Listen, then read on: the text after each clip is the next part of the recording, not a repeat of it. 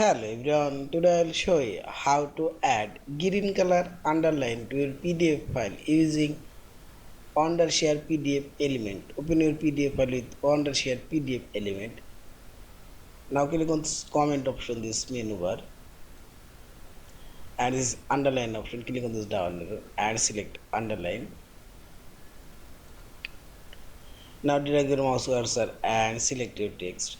Already see this underline showing here, and click on this right side properties option.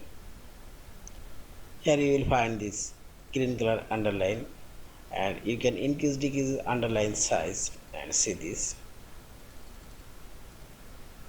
And if you did not find here any green color underline, click on this color and select this more color option and select here green color or go more color option, and this is defined custom color, and here you can insert your desired green color and see this. Again click on this and select and color option, and this is default green color, and you can decrease or increase this green color opacity, also increase decrease this underline white.